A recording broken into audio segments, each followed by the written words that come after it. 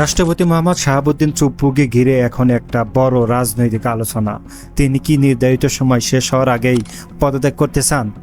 কিছু সূত্র বলছে তিনি নাকি নিজের দায়িত্ব থেকে সরে দাঁড়ানোর ইচ্ছা প্রকাশ করেছেন, যদিও এখন পর্যন্ত কোনো আনুষ্ঠানিক ঘোষণা আসেনি। সরকার বা বিএনপির পক্ষ থেকেও পরিষ্কার কোনো প্রতিক্রিয়া নেই। ব্যাপারটা বুঝতে হলে একটু ব্যাকগ্রাউন্ডে যেতে হবে।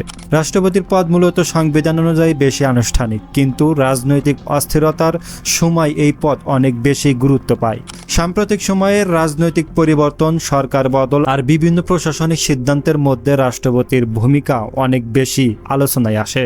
এদিকে কিছু রিপোর্টে বলা হচ্ছে তিনি কিছু ঘটনার কারণে মানসিক চাপ বা অসন্তুষ্টি অনুভব করেছেন, যেমন বিদেশি মিশন থেকে ছবি সরানো বা কিছু সিদ্ধান্তের মতের অমিল। পাশাপাশি সংসদে কিছু রাজনৈতিক বিতর্ক ও ব্যক্তিগতভাবে সমালোচনাও পরিস্থিতিকে আরও জটিল করেছে।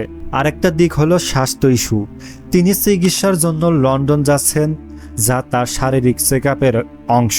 বয়স ও স্বাস্থ্য বিষয়টাও এখন একটা বড় ফ্যাক্টর হিসেবে দেখা হচ্ছে।